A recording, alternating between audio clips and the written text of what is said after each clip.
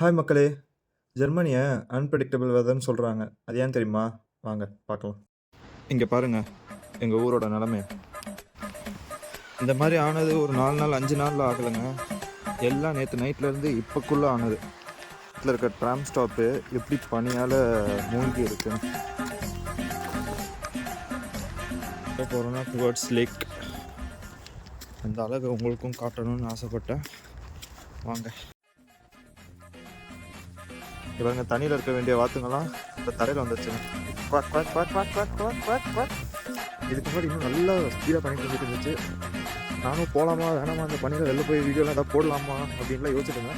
நான் போடலான்னு நினச்சி வரப்போ தான் இங்கே பனி பெய்கிறது கம்மியாயிடுச்சு. இது ஒரு சகுனத்தோட நினைக்கிறேன். இங்கே பாருங்கள், எங்கள் வீட்டு பக்கத்தில் இருக்க லேக்.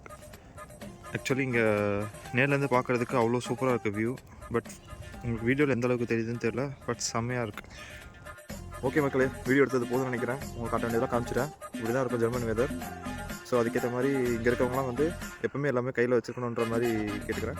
ஸோ வீடியோ எடுத்தது போதும். கையெல்லாம் ரொம்ப வலிக்குது, ஃப்ரீஸ் ஆகுது. திருப்பி க்ளவுஸ் வீட்டில் வந்து வச்சுட்டு வந்துட்டேன். நான் வீட்டுக்கு கிளம்புறேன். பாய்.